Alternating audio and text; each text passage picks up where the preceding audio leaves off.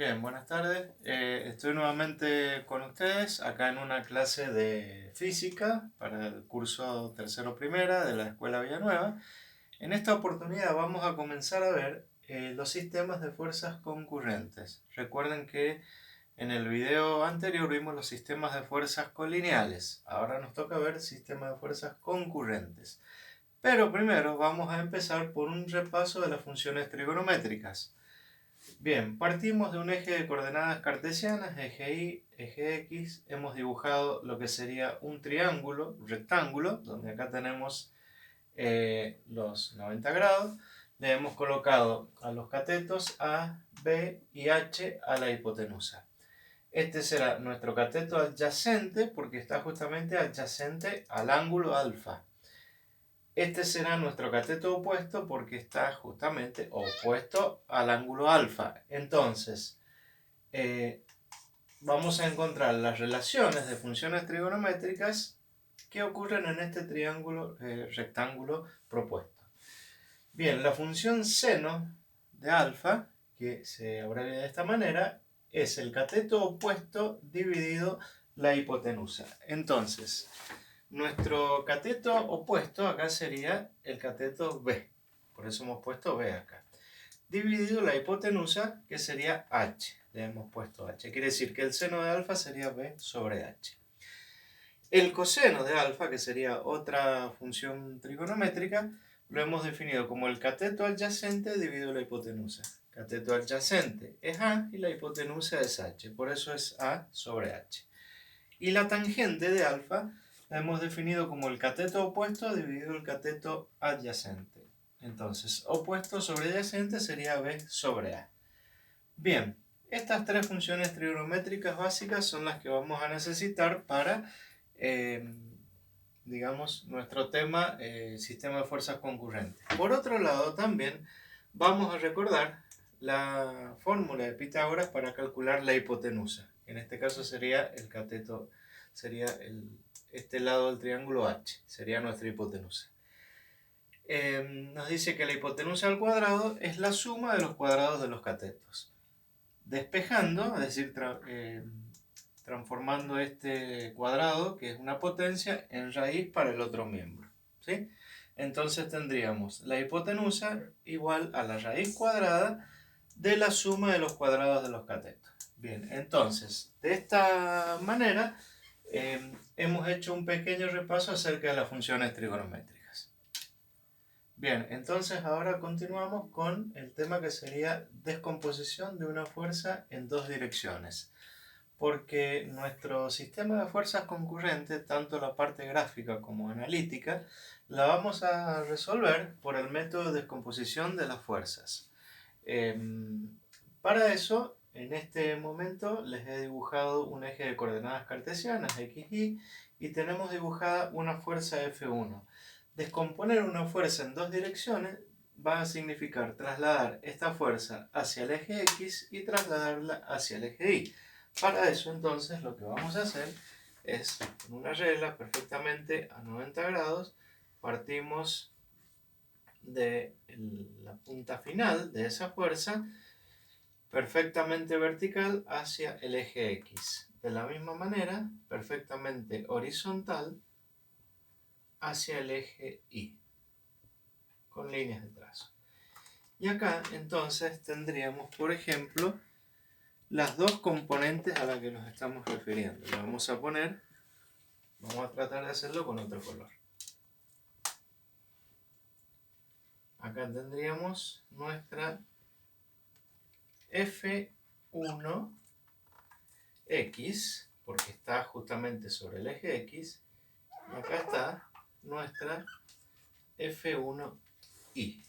Entonces vamos a tener la componente F1X y la componente F1Y, que es exactamente la misma que esta, y esta es exactamente la misma que está acá. El ángulo alfa lo colocamos acá. Si ustedes observan en el segmento de video de hace unos minutos, nuestro triángulo rectángulo lo teníamos al revés, pero no importa, de una o de otra manera, nosotros tenemos que aprender a reconocer los catetos adyacentes, opuestos e hipotenusa. En este caso, como el ángulo alfa es este, mi cateto adyacente será F1X, mi cateto opuesto será F1Y, que recuerden, es este. Es opuesto al ángulo, entonces es igual a este, F1Y. Y la hipotenusa es F1. Entonces, mi objetivo va a ser averiguar las componentes, o sea, F1X y F1Y. Para eso vamos a plantear la función trigonométrica correspondiente comenzando con el coseno. Entonces, el coseno de alfa va a ser, en definitiva, el cateto adyacente sobre la hipotenusa, como vimos anteriormente. Entonces, el cateto adyacente sería F1X sobre la hipotenusa, que es F1. Pero como yo quiero averiguar F1X, vamos a poner que F1X justamente es igual a esto que está dividiendo, pasa multiplicando a F1 por coseno de alfa. Bien, vamos a recuadrar esta expresión que me sirve para averiguar F1X. Luego, a partir del seno de alfa, vamos a tener el cateto opuesto, que sería F1Y. F1Y sobre la hipotenusa, que es F1. Entonces, el F1Y, que es la componente que queremos averiguar, será F1 por seno de alfa. Está dividiendo, paso multiplicando. La vamos a recuadrar.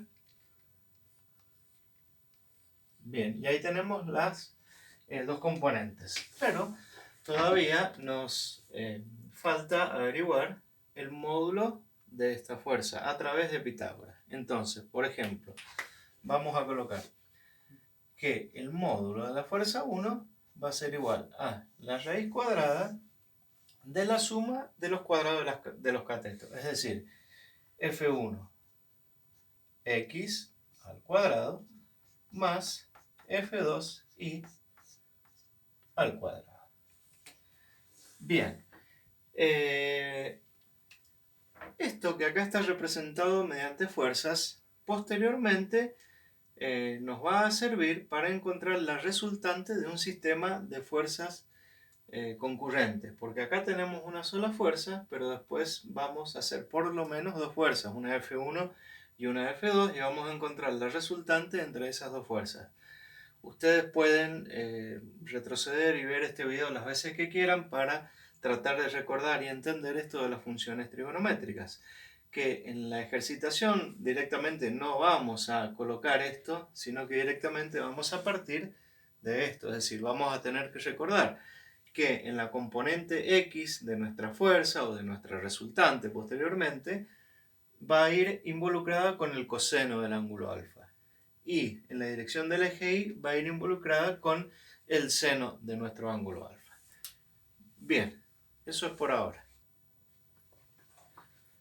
Bien, ahora vamos a continuar con un ejercicio directamente donde vamos a aplicar parte de lo que hemos visto hasta ahora y vamos a avanzar obviamente en lo que sería el método gráfico y el método analítico para resolver este sistema de fuerzas concurrentes.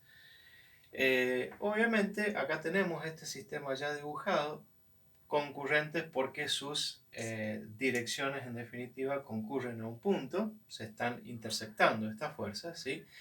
Que, bueno, ¿en qué consiste este ejercicio que nos han dado?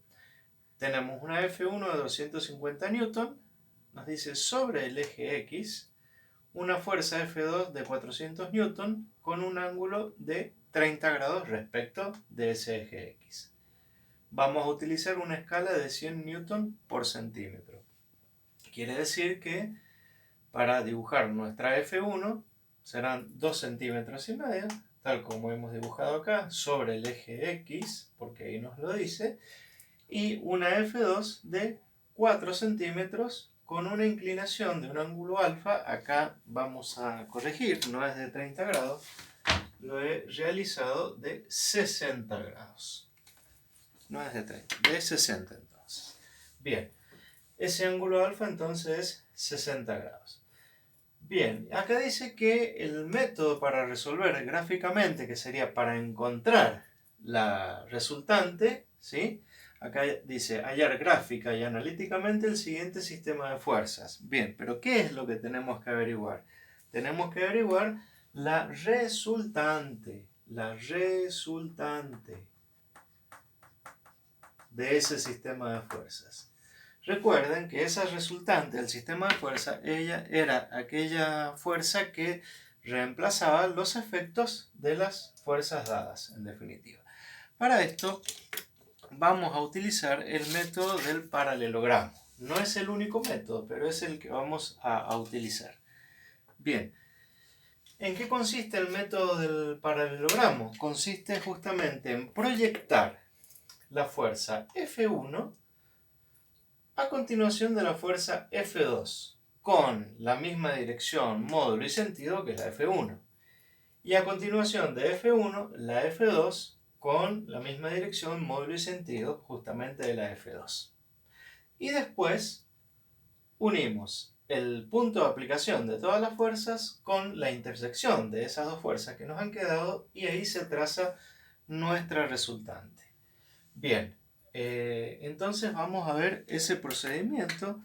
Ustedes se pueden ayudar con una regla y una escuadra, como lo voy a hacer yo. Ustedes tienen la facilidad de que si lo hacen en la carpeta cuadriculada, es siempre más fácil. Por ejemplo, esta inclinación, si no tienen transportador, la pueden hacer uniendo dos cuadritos de carpeta en forma diagonal, de un extremo hasta el otro. Es decir, a ver, para representarlo sería, por ejemplo, si ustedes tienen dos cuadritos de carpeta, los unen así y ahí tenemos 60 grados. Un solo cuadrito de carpeta serían 45 grados. Perdón, esto es 30 grados. Perdón, es 30 grados. Si los cuadritos están verticales, así, ahí tenemos nuestros 60 grados. Bueno, ¿de acuerdo? Ya me voy a despertar, no se hagan problema. Bien, entonces, acá lo que vamos a hacer entonces es trasladar a continuación de F2 la F1. ¿Cómo hacemos para eso? Lo que tenemos que hacer es colocar de manera perpendicular, ¿sí?, a la fuerza F1, en este caso, la regla. Espero que esté lo más perpendicular posible. Y con la escuadra me desplazo, es posible que se me vaya a borrar alguna línea, me desplazo, ¿sí?, hasta llegar, tratando que no se mueva, hasta llegar al extremo de la F2. Y ahí comienzo a trazar, justamente, ya tengo la dirección, la continúo enseguida, a trazar una línea de trazos que vendría a ser la proyección de F1. Lo mismo hago con esta F2. Trato de colocarla perpendicular a la F2. Vamos a ver cómo hacemos acá. Ahí está perpendicular, o sea que acá tenemos que tener 90 grados. Y con la escuadra nos vamos a desplazar, ¿sí?, de tal manera que yo voy a obtener la dirección justamente en el extremo de la flecha. Bien, de esa manera yo me aseguro que la dirección que he colocado acá sea la misma dirección que F2. Acuérdense que dirección es la recta de acción, el sentido de la punta de flecha. Y que la dirección que he colocado acá sea la misma que F1. Obviamente las tengo que continuar porque todavía no se intersectan, ¿sí? Entonces, la voy a continuar. No importa si me paso. Y esta también la voy a continuar. Bien, de esta manera yo me aseguro que las proyecciones tengan la misma dirección, módulo y sentido. ¿Y qué tenemos que hacer ahora? Trazar la resultante. Vamos a ver si nos da la longitud de la regla. Quedó un poco corta, pero bueno, vamos a tratar de hacer lo mejor posible. Bien, entonces unimos el punto de aplicación de las fuerzas con la intersección de las proyecciones, que aparentemente estaríamos ahí, un poquito más arriba, ¿sí? Vamos a ver, quizás he quedado un poco bajo, más o menos, bien, más o menos bien, ahí está, perfecto. No tenemos que olvidar de colocar la punta de flecha, porque este vector fuerza nace acá y termina acá, y es la denominada resultante de este sistema de fuerzas, es decir, del F1 y del F2. Esta fuerza resultante reemplaza los efectos de F1 y de F2, pero además de eso, esta resultante también va a tener un ángulo de inclinación respecto del eje X que le vamos a llamar phi, por ejemplo, ¿sí? Que es distinto del alfa, en este caso es distinto. Bien, ahora, ese es nuestro método gráfico, es decir, mediante el método del paralelogramo. Y lo vamos a aplicar solamente para dos fuerzas, ¿sí? En años posteriores ustedes quizás ya vean con más de dos fuerzas. Bien, ¿qué vamos a hacer ahora? Vamos a hacer la descomposición de cada una de las fuerzas F1 y F2 en dos direcciones, es decir, en el eje X y en el eje Y, ya apuntando para un cálculo analítico. Vimos recién cómo descomponíamos las fuerzas. Ahora bien, F1, que está sobre el eje X, no lo tenemos que descomponer. ¿Por qué? Porque ya está sobre el eje X. Entonces la F1 es toda componente X. No tiene nada de componente Y. Ojo, mucho cuidado, porque se da la situación que cometen ese error. Quieren descomponer la F1 en dirección del eje Y. Imposible, si está sobre el eje X. Es pura Fx. En cambio, la F2 sí que la podemos descomponer. Entonces, bien, verticalmente colocamos en el extremo de F2 y proyectamos hacia el eje X. Y lo mismo hacia el eje Y. Es probable que vean algunos errores de paralelismo ustedes, bueno, eso en sus carpetas no debería ocurrir. Acá, bueno, dado el contexto de la pizarra que no tiene líneas de referencia, nos puede llegar a ocurrir eso. Bueno, entonces, acá tendríamos, para no confundirla, vamos a hacer en azul y la vamos a hacer por debajo de nuestra F1, pero en realidad va sobre el eje. Esta sería la componente F2X, porque estamos descomponiendo F2 en la dirección del eje X. Y ahora, esta, que la vamos a tratar de hacer bien pegadita al eje Y, sería la F2Y. Es decir, es la descomposición de la F2 en la dirección del eje Y. Bien, ¿para qué hemos hecho esto? Es justamente lo que vamos a observar a continuación. Bien, continuando con la resolución de este sistema de fuerzas concurrentes, acá he agregado un par de cosas en el gráfico. No lo quiero borrar el gráfico para hacer el cálculo analítico. Es chico el espacio, pero bueno, vamos a tratar de arreglárnoslo así. Entonces, ¿qué he agregado? Fíjense, 5,7 centímetros. Yo he medido este resultante y bueno, en función de los elementos de dibujo que yo he utilizado, esto es equivalente a 5,7 centímetros, lo cual significa que si le aplicamos la escala que dice 100 newton por centímetro, si un centímetro es 100 newton, 5,7 centímetros X. Hay que multiplicar 5,7 por 100 y me da que mi resultante me va a dar 570 newton. Aproximadamente, porque yo lo he sacado del método gráfico, ¿sí?